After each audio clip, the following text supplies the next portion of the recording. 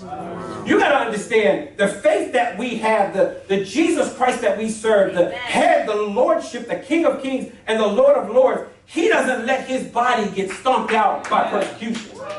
He actually does the reverse. He says, this is what's going to flourish the church. This is what's going to help us to spread this gospel. So the Bible says that they go into Judea because of persecution. They get into Samaria.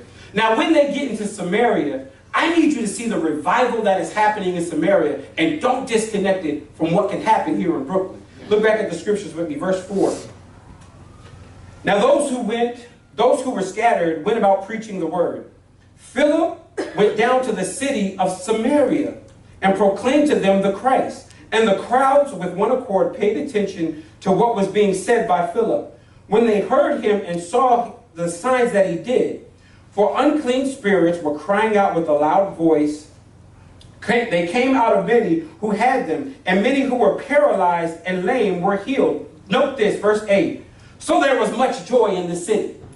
So because Christians move out of Jerusalem and get into Samaria and start spreading the daggone gospel, there became joy in the city. That's what I'm hoping for with this Spread Love campaign.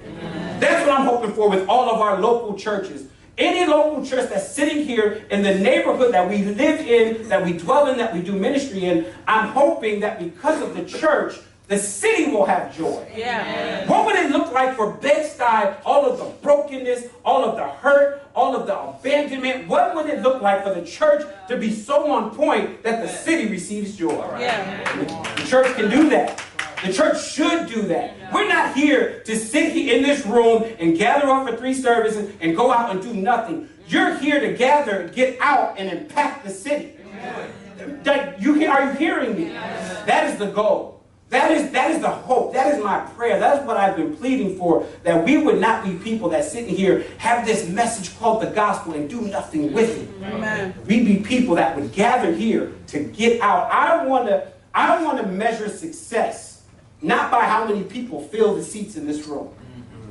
I want to measure success by how many people get out of those seats and go out there and fulfill Acts chapter 1 verse 8. Judea, Samaria, Jerusalem, and to the ends of the earth. And so ministry is powerful in Samaria right now in the book of Acts.